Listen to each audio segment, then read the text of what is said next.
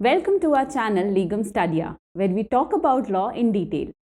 हम कंटिन्यू करने वाले हैं हमारे प्रीवियस वीडियो का टॉपिक जिसे वाइकेरियस लायबिलिटी कहते हैं। दिमाग में एक क्वेश्चन आ रहा है, पूछूं? क्वेश्चन ये है, एक दिन मेरा जो ड्राइवर था वो मेरी गाड़ी लेकर गया। अब ड्राइवर थोड़ा यंग था तो उसकी थी एक गर्लफ्रेंड। रास्ते में जाते जाते उसने बिठा लिया अपनी गर्लफ्रेंड को, बोला मैं छोड़ देता हूँ ना तुम्हें घर तक।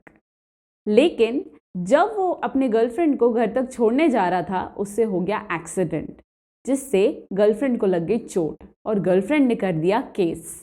वाइकेरियस लायबिलिटी कहता है केस के हिसाब से तो मैं लायबल होनी चाहिए, तो अब क्या होगा? तो क्या होगा जानने के लिए हमें सबसे पहले जानना पड़ेगा कि वाइकेरियस लायबिलिटी मास्टर सर्वेंट के लिए क्या बोलती है। मास्टर एंड सर्वेंट रिलेशनशिप क्या कहता है? ये कहता है if a servant does a wrongful act in the course of his employment, the master is liable for it. There is no doubt that the servant too is liable for his act. ये कह रहा है कि अगर कोई servant है वो अगर कोई गलत काम करता है, कब? कोर्स ऑफ एम्प्लॉयमेंट में, मतलब जो वो एम्प्लॉयमेंट कर रहा है उसी काम के करते करते, तो फिर मास्टर इसके लिए लायबल होगा। नाउ इतनी सी एक बात से हमें ये समझ आ रहा है कि दो चीज़ें असेंशियल हो जाती है। पहला, रॉन्गफुल एक्ट होना चाहिए। ऑब्वियसली रॉन्गफुल एक्ट होगा तभी वो टॉर्ट्स में कवर होगा और तभी तो वाइकेरियस लायबिलिटी को अट्रैक्ट करेगा। दूसरी चीज़, कोर्स ऑफ एम्प्लॉयमेंट, मतलब सर्वेंट ने जो काम किया है वो अपने एम्प्लॉयमेंट के टर्म में किया। अगर उससे बाहर जाके वो कुछ कर रहा है जिसके लिए उसे परमिशन नहीं है या मास्टर ने नहीं बोला है, देन वाइकेरियस लायबिलिटी अट्रैक्ट नहीं होगी। यही सबसे इंपॉर्टेंट था। इसके असेंशियल्स की हम बात करें तो जस्ट अभी हमने बोला है there are two essentials. He must establish that the relation of master and servant subsisted between the defendant and the actual wrongdoer. Second, he must also prove that the wrongful act was done by the servant whilst he was engaged in the course of employment of the defendant. अगर ये दोनों चीज मिल जाती है तो उस case में vicarious liability attract हो जाएगी। अगेन यहाँ पे मैक्सिम जो है क्वी फेसिट पर एलम फेसिट पर से ये अट्रैक्ट करता है। He who does an act through another is deemed in law to do it himself. फिर बात आती है, अगर मेरा जो सर्वेंट है वो इंडिपेंडेंट कॉन्ट्रैक्टर है तो क्या होगा? तो इंडिपेंडेंट कॉन्ट्रैक्टर कौन होता है? इंडिपेंडेंट कॉन्ट्रैक्टर मतलब ऐसा बंदा जिसके साथ हम जो कॉन्ट्रैक्ट करते हैं वो फॉर अ पर्टिकुलर वर्क करते हैं कि भाई हम तेरे को समझा देंगे, ये तेरा काम है, कैसे करना है, किस तरीके से करना है, इसका डिसीजन तेरा अपना होगा, मेरा नहीं होगा। जाहिर सी बात है अगर हम उसको ये कंडीशन देते हैं तो उसके हर एक्ट के लिए हम लायबल नहीं होंगे। सर्वेंट को हम टिप टू टो इंस्ट्रक्शन देते हैं तो वो जो भी काम करता है उसके लिए हमारा लायबल होना तो बनता है। So an independent contractor is one who undertakes to produce a given result, but so that in the actual execution of the work he is not under the order or control of the person for whom he does it and make use his own discretion in the things not specified beforehand. इसका एक test होता है, इसको बोलते हैं test of right of control over the servant. इसका मतलब पहले वाइकेरियस लायबिलिटी देने के लिए चेक किया जाएगा कि क्या जो सर्वेंट है वो 100% आपकी सुन के ही काम करता है, आपका कितना कंट्रोल है उसके ऊपर। अगर आपका बीइंग अ मास्टर 100% कंट्रोल है उसके ऊपर, देयरफॉर यही चीज होगी, आप लायबल होंगे। एंड अगर ऐसा होता है कि जो कंट्रोल है वो 50-50% है, जो कि हमारे इंडिपेंडेंट कॉन्ट्रैक्टर के केस में होता है, तो फिर उसके हर काम के लिए आप लायबल नहीं होंगे। एक केस आया था Morgan versus incorporated central council 1936 1 AIR ER 409 का।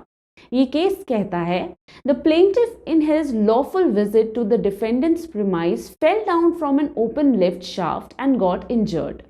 The defendant had entrusted the job of keeping the lift safe and in proper order to certain contractors. It was held that the defendant was not liable for the negligence of independent contractor. इसमें हुआ ये था कि एक premise में कुछ लोग inspection के लिए आए, कुछ लोग मतलब वही इंसान है जो डिफेंडेंट बनेगा। जब वो इंस्पेक्शन कर रहे थे तो एक ओपन लिफ्ट की शाफ्ट थी जिसमें वो चढ़ गए एंड वहां से गिर के वो इंजर हो गए, उनको नुकसान हो गया, उनको लग गई। ऑब्वियसली इसके लिए उन्होंने केस किया। जब केस किया तो उन्होंने ये पाया कि इस चीज के लिए जो दायी था वो इंडिपेंडेंट कॉन्ट्रैक्टर था। क्यों?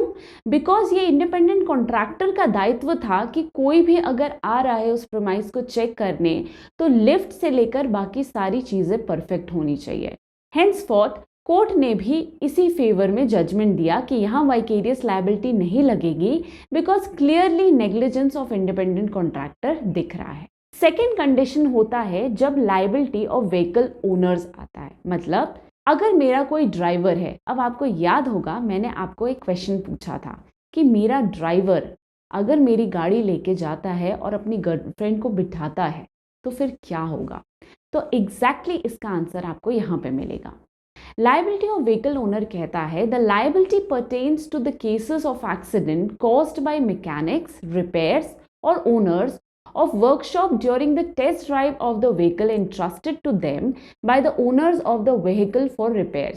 अब यहाँ पे एक्चुअली व्हीकल ओनर्स को इसलिए कवर किया गया था क्योंकि जब भी वो टेस्ट ड्राइव वगैरह देने जाते थे तो ऑब्वियसली उनका क्लाइंट होता था, वो किसी न किसी को भेड़ देता था। अब भाई भेड़ देगा तो लायबल कौन होगा यहाँ पे, ये एक बहुत बड़ा क्वेश्चन आ जाता था। तो इस चीज के लिए इन्होंने लायबिलिटी ऑफ व्हीकल ओनर्स को इलैबोरेट किया है। दो केसेस हैं जो इस कंडीशन को और ज्यादा डिटेल में हमें समझा पाएंगे। B, Govind Rajaju versus MLA Govind Raja, AIR 1966 Madras 332 का केस है। इसमें हुआ ये था, a motor lorry was entrusted by its owner for repairs. While an employee of the workshop was driving it, the lorry met with an accident. It was held by the Madras High Court that the lorry owner was not vicariously liable because owner of the workshop was an independent contractor and not a servant of the owner। अभी जो हमने बात की वो जो lorry था, इस case में हुआ ये था, एक लॉरी था जिसे उसके ओनर ने रिपेयर्स के लिए अपने ड्राइवर या अपने सर्वेंट को बोला कि जा भाई इसको रिपेयर करवा दे। जब वो रिपेयर के लिए लेकर गया तो उसका जो भी एम्प्लॉय था जो वर्कशॉप का था उसने उसे ड्राइव करके देखा, टेस्ट ड्राइव किया।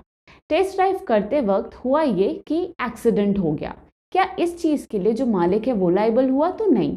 मद्रास हाई कोर्ट ने सीधे सीधे बोला इसमें पूरी नेग्लिजेंस हमें जो दिख रही है वो वर्कशॉप एम्प्लॉय की है, न कि उसके ओनर की, न कि लॉरी के ओनर की। हेंसफोर्थ कोर्ट ने कहा कि लॉरी ओनर इस चीज के लिए लायबल नहीं होगा। ये छोटे छोटे केसेस हमें क्लियर करते हैं कि कौन सी चीजें वाइकेरियस लायबिलिटी में आएंगी और कौन सी चीजें वाइकेरियस लायबिलिटी में नहीं आएंगी।